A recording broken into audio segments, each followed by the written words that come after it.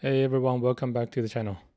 If you're into the camera stuff, even just a little bit, you're probably aware of the release of the OSMO Pocket 3 by DJI.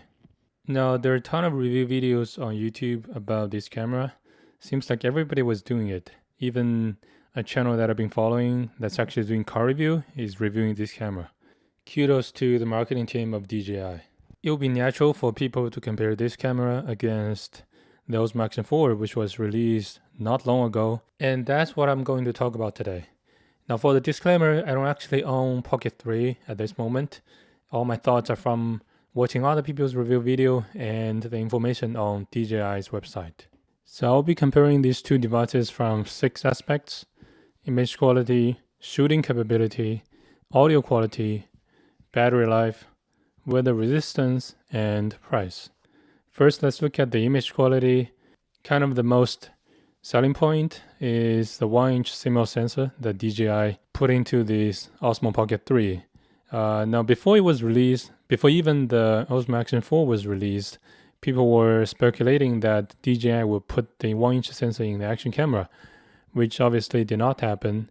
Instead, DJI put this 1 over 1.3 inch sensor in the action camera. Here's the tricky part. The name 1 inch or 1 over 1.3 inch is not really the true dimension. They're more like a code for the type of sensor that's being used. Here I actually found the size of the DJI sensor. Both the 1 inch sensor and 1 over 1.3 inch sensor are shared with a drone product from DJI. So the 1 inch sensor for OSMO Pocket 3 is using DJI Air 2.3, and the 1 over 1.3 inch sensor is used in DJI Mini Pro 3. So as a matter of fact, if you calculate the size of the two sensors, the so-called 1 inch sensor is actually 64% larger than the 1 over 1.3 inch sensor. So it is a pretty big improvement in terms of the size. One of the best unique feature of the OSMO Pocket 3 is it's a gimbal design. So it has a built-in mechanical stabilizer to help you get the most smooth footage. With that being said, the OSMO Action 4 has also a very good stabilization capability. It even has this rock steady or horizontal steady features that helps you get the straight footage. But here's the difference. With mechanical stabilization, you don't lose, there's no crop. But with digital, you lose part of the frame when the camera is doing the calculation to stabilize the footage. So what that means, the size of the sensors is actually, the difference is actually even bigger than just the purely physical size of the sensors. However, when it comes to vertical shooting, things flip. So with the OSMO Action 4, it has a built-in mount on the sides, so you can actually rotate the camera and install it vertically and take full use of the real estate of the sensor and take a vertical video. And things are executed very differently with OSMO Pocket 3.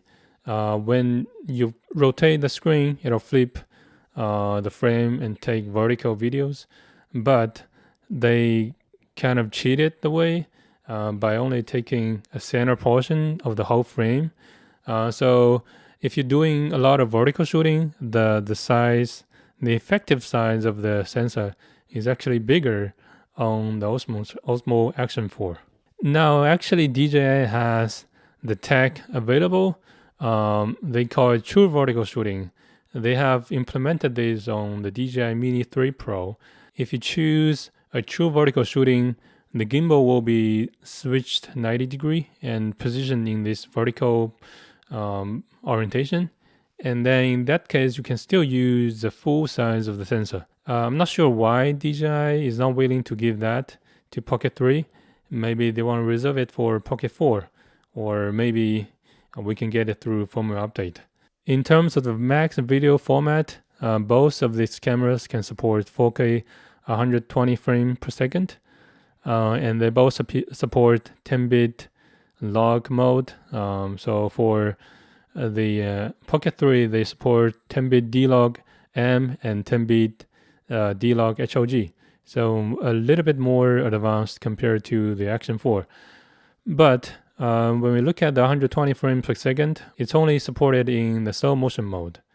I'm not entirely sure what that means, but I would guess you won't be able to record sound in the slow motion mode.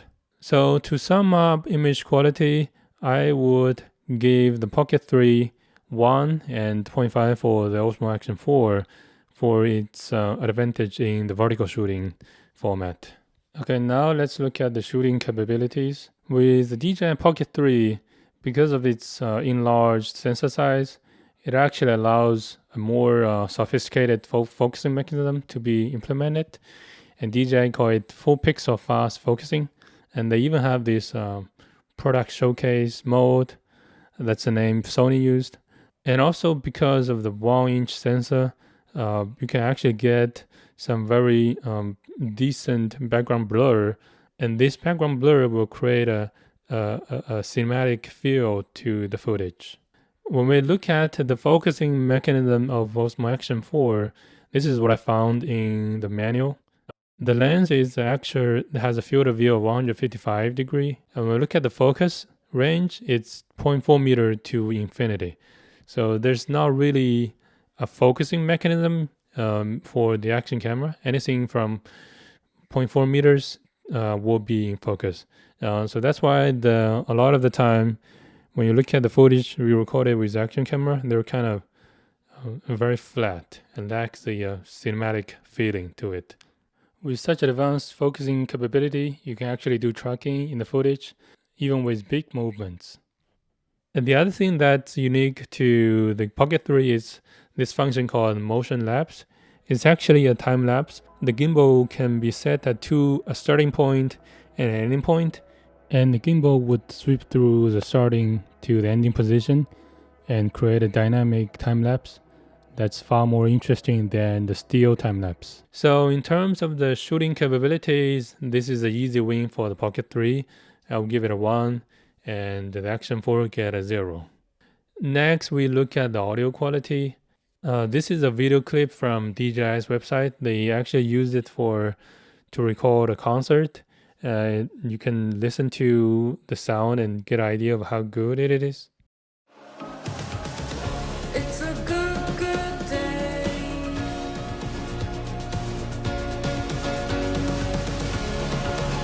It's a time to feel alive.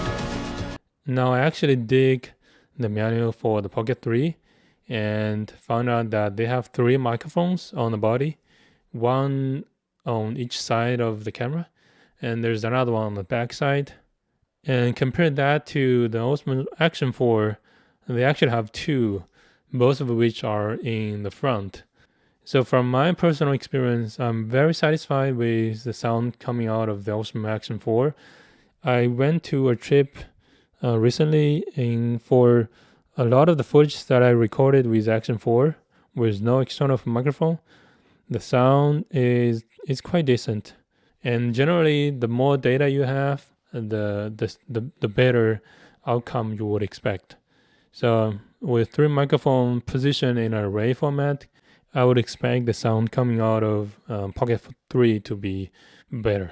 Overall audio quality, I would still give the Pocket 3 a slight edge just because it has more microphones on the body. Now let's switch gear and talk about battery life. So with the built-in battery on the Pocket 3, it allows for 166 minutes ultra long operation time. But these time are tested under ideal case in a lab setting. So in a real scenario, it won't get this much time for sure. But I saw people tested the fast charging. That seems to be pretty accurate. You can get to 80% in just 16 minutes. So in theory, you get unlimited usage when you do just vlogging type of things, because you can use it and then shut it down and then charge it with a power bank. And there's another thing that the Pocket 3, if you go with the creator combo, it comes in with this battery grip, and that offers extra 100 minutes. So with this tool, you're covered for a full day of recording. For OSMO Action 3, the battery capacity is bigger, 1700 milliamps, and the operating time is 160 minutes. It also allows for fast charging, but it's different fast charging. So to charge the whole battery, you need about a little less than an hour. But they offer something quite unique. It's this OSMO Action multifunctional battery case. It holds 3 battery, so you can use it as a container for the batteries, and also it serves as a charger. So you put all 3 batteries in there, and then you charge through the case. All 3 of them will be charged. There's something new I learned about this case. It actually has 2 slots for the micro SD card in the lid, and the coolest thing is this battery case can serve as a power bank. If you put multiple batteries in there, you can use it to charge other devices, such as smartphone. So for battery life, I'll give them a tie. Both of them can last a full day of recording easily, and anything beyond that is not really relevant because you will charge them at the end of the day. Next, we talk about weather resistance. So this is where the OSMO Action 4 really shine. Obviously, because it's an action camera, you can do a lot of crazy stuff. You can go hiking with it, you can go cycling with it, you can go skiing, diving. A lot of things can be done with the action camera. In contrast, on the website, DJI doesn't mention anything about the weather resistance. If you go to the manual, you'll see that the handheld gimbal camera is not weather resistant. And you look down further, you see that even the battery handle is not waterproof. Do not drop it in water, spill any liquid on the handle. The micro SD card slot doesn't even have a cover. So I will be extra careful to use the Pocket in any harsh environment, not just in water, but even in like a sandy environment. I will try to protect the gimbal and prevent sand from getting stuck in there. So for weather resistance, it's an easy win for the Action 4. Now, last but not least, let's talk about the price. So with Action 4, the standard package with just a camera and 1 battery and a couple of more accessories, you're looking at about $400. And there's another option called Adventure Combo, where you get the multifunctional battery case and the extension rod. So that comes in about $500. There are also many other packages available on DJI's website, like hiking combo, skiing combo, diving combo, most of which comes in the range between $400 and $500. There are 2 options for the Pocket 3. The first one is standard package. It has a camera, the gimbal, and a case, and a cable, and a 1/4-inch thread adapter. So that comes in at $519.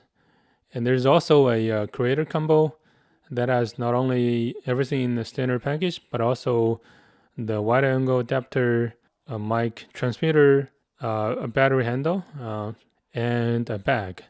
So all of these can be sold individually on DJI's website. If you put them together, that's worth $269. So if you feel you ever need these accessories, I would strongly recommend taking advantage of the combo price and get the creator combo. But that's not the end. The combo does missing a couple of other pieces that you will probably need down the road, and a lot of the review videos have these being provided to them for free, but if you buy them, they come with extra cost. The black mist filter costs about $50.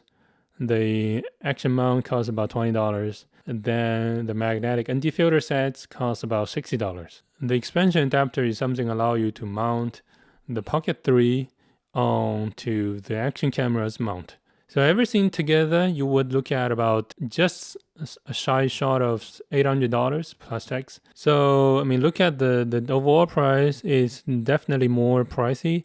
But if we look at other similar products offered in the market right now, such as the Sony ZV-1 or Canon G7 Mark III, and the most recent announcement of Canon V10, the Pocket 3 is somewhere kind of mid to high tier end product. It's not cheap, but I think the price is reasonable. So for the price, it's an easy win for the Action 4. It's more affordable than Pocket 3. So to sum up, for Pocket 3, if you combine everything together, it's got 4 points. For Action 4, it's got 3.5 points. Overall, the Pocket 3 has a slightly higher score than Action 4. Now, certainly this is by no means a scientific way to compare these two cameras. I picked out the things that I think is important when I go out and shop for cameras.